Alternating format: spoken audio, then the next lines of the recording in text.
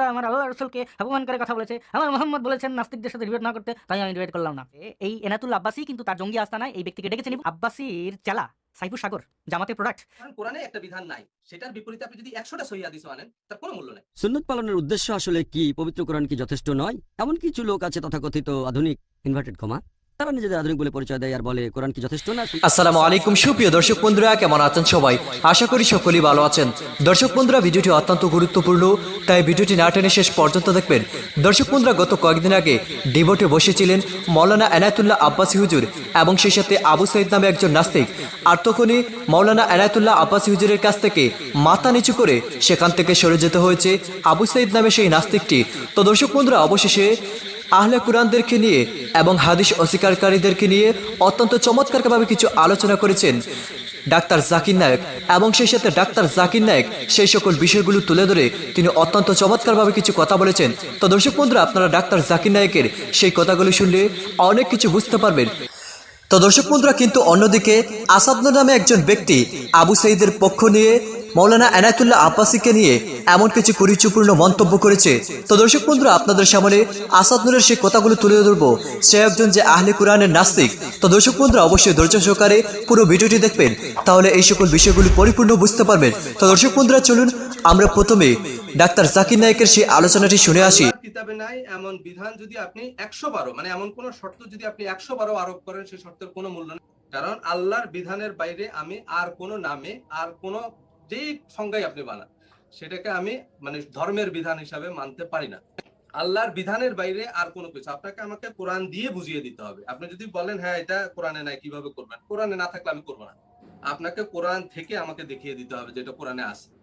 হ্যাঁ, কোরআন গবেষণা করে আপনাকে এটা প্রুভ করতে হবে, বের করতে হবে। তো কোরআন সম্পূর্ণ পরিপূর্ণ এবং কোরআন একমাত্র বিধান। কোরআন বহির্ভূত কোনো কিছুকে ধর্মের বিধান হিসাবে অনুমোদন দেয় না। ডক্টর জাকির, পিস টিভির দর্শকরা আপনার কাছে পৃথিবীর বিভিন্ন প্রান্ত থেকে প্রশ্ন করেছেন। আলহামদুলিল্লাহ, আল্লাহ যেন নির্দেশনা দেন, তাদের উপর রহমত করেন। ইসলাম ধর্মের সুন্নত পালনের উদ্দেশ্য কি? নির্দেশনার জন্য কোরআন কি যথেষ্ট নয়? বুঝিয়ে বলবেন কি? সুন্নত পালনের উদ্দেশ্য আসলে কি? পবিত্র কোরআন কি যথেষ্ট নয়? এমন কিছু লোক আছে তথাকথিত আধুনিক ইনভার্টেড কমা, তারা নিজেদের আধুনিক বলে পরিচয় দেয় আর বলে কোরআন কি যথেষ্ট না, সুন্নত মানতে হবে কেন? তারা এটা বুঝতে পারে না যে সুন্নাহ হলো ইসলাম ধর্মের দ্বিতীয় অপরিহার্য উৎস। মুহাম্মদ সাল্লাল্লাহু আলাইহি ওয়াসাল্লামের সহিহ হাদিস, তার কথা, তার কাজ, তার সম্মতি, এগুলো খুবই গুরুত্বপূর্ণ পবিত্র কোরআন সঠিকভাবে বোঝার জন্য।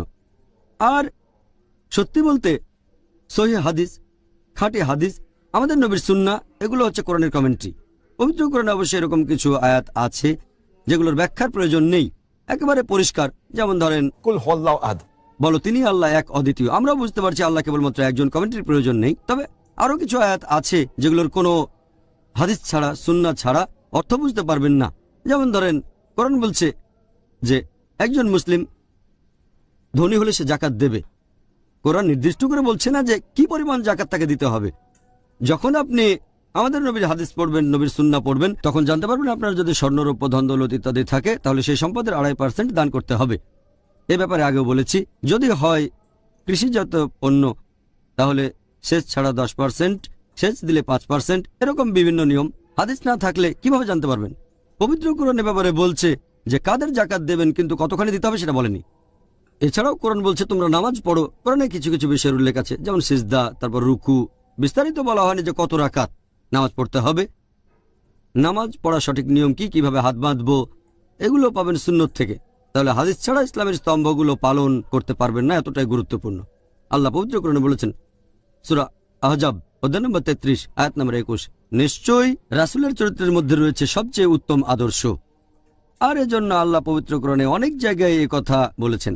যেমন সূরা নিসা অধ্যায় নম্বর 4 আয়াত নম্বর 59, যে আতিউল্লাহ ওয়া আতিউর রাসূল, আল্লাহ এবং তার রাসূলকে মান্য করো। তার মানে যদি আল্লাহকে মেনে চলতে চান তাহলে রাসূলকেও মানতে হবে, আর রাসূলকে মানা মানে আল্লাহ সুবহানাহু ওয়া তাআলাকে মেনে চলা। সেজন্য সুন্নাহ হলো অপরিহার্য।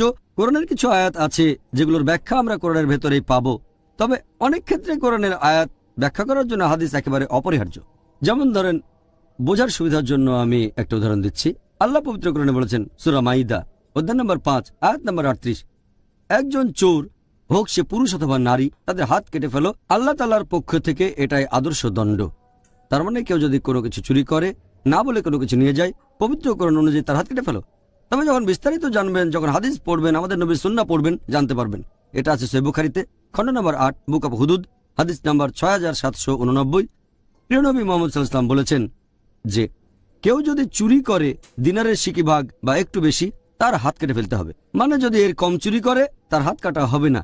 ধরেন কেউ খেতে না পাওয়ার কারণে একটা রুটি চুরি করলো, তার হাত কেটে ফেলতে হবে না।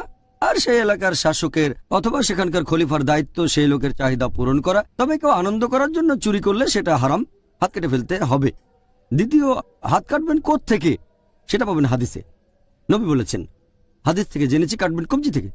অনেকে ভাবতে পারে কাটা হবে আঙ্গুল থেকে বা কনুই থেকে, অথবা কাটা হবে কাঁধ থেকে। হাত কাটবেন থেকে? হাদিস থেকে জানতে পারবেন কাটবেন কবজি থেকে।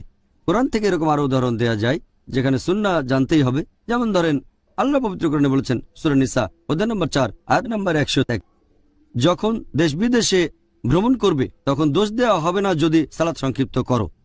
হতে পারে মুশরিকের ভয়ে তারা আক্রমণ করতে পারে, নিশ্চয়ই অবিশ্বাসীগণ তোমাদের প্রকাশ্য শত্রু। এখানে কোরআন পরিষ্কার বলছে ভ্রমণের সময় নামাজ সংক্ষিপ্ত করতে পারেন। হতে পারে অবিশ্বাসীদের ভয়ে যে তারা আক্রমণ করতে পারে।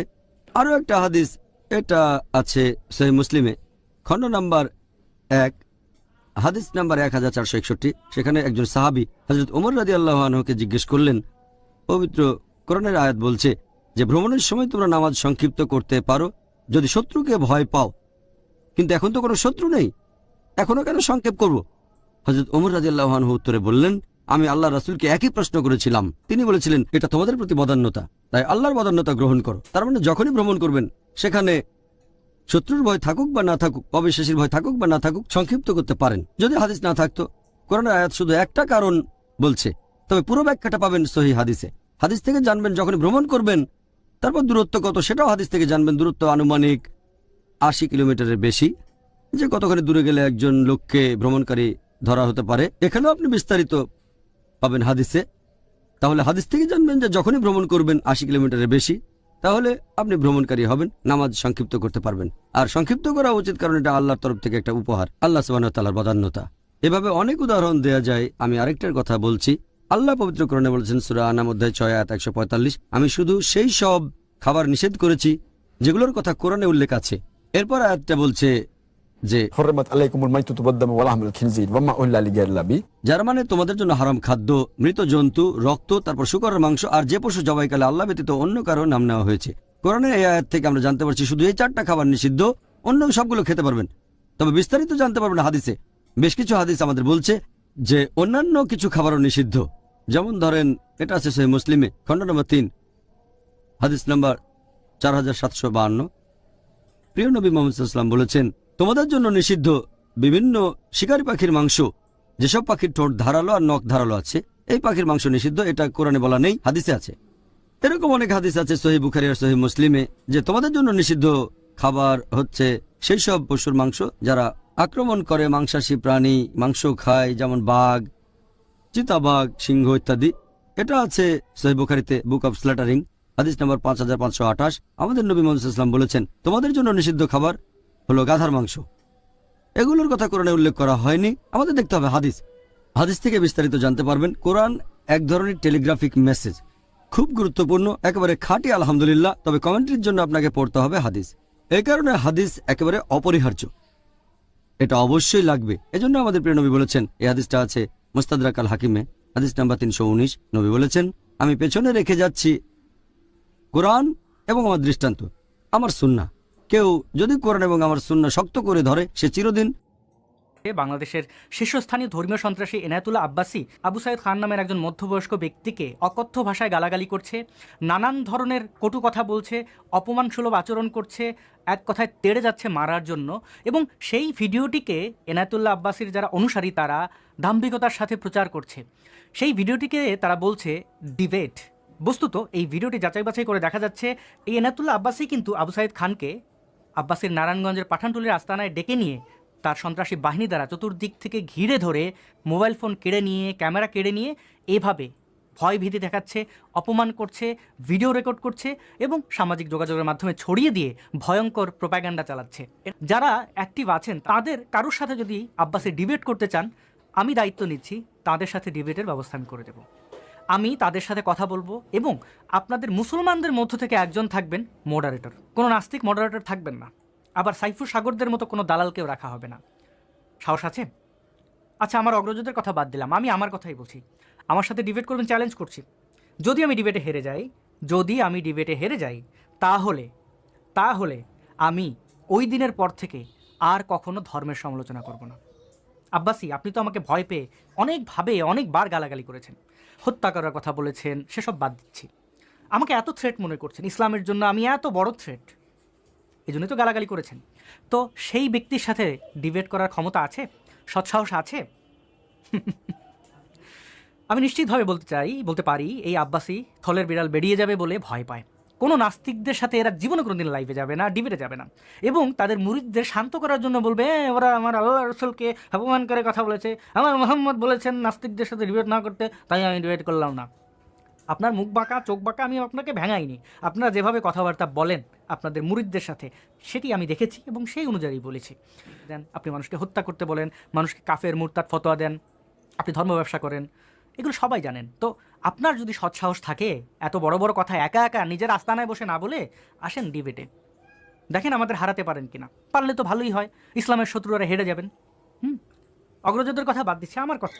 তো দর্শক বন্ধুরা, আপনারা হয়তো এই পুরো ভিডিওটি দেখে এবং আসাদ নূরের এই কথাগুলো শুনে অবশ্যই বুঝতে পেরেছেন সে একজন আহলে কুরআনের নাস্তিক এবং সে মাওলানা এনায়েতুল্লাহ আব্বাসী হুজুরকে নিয়ে এমন কিছু পরিচূর্ণ মন্তব্য করেছে। তো দর্শক বন্ধুরা, এবং সেই সাথে অত্যন্ত চমৎকারভাবে কিছু আলোচনা করেছিলেন ডাক্তার জাকির নায়েক। ডাক্তার জাকির নায়েকের আলোচনাগুলো আপনাদের কাছে কেমন লেগেছে অবশ্যই কমেন্ট করে জানিয়ে দেবেন। তো দর্শক বন্ধুরা, ভালো থাকুন, সুস্থ থাকুন। আল্লাহ হাফিজ। আসসালামু আলাইকুম ওয়া রাহমাতুল্লাহি ওয়া বারাকাতুহু।